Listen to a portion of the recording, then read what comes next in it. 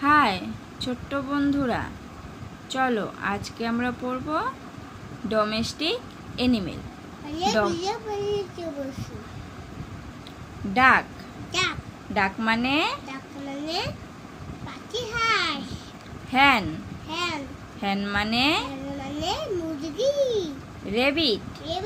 Rabbit মানে খরগোশ। Horse. Horse মানে ঘোড়া। শিপ। শিপ মানে ভেড়া। কাউ মানে গরু। গোট। গোট মানে ছাগল। ডগ। ডগ মানে কুকুর।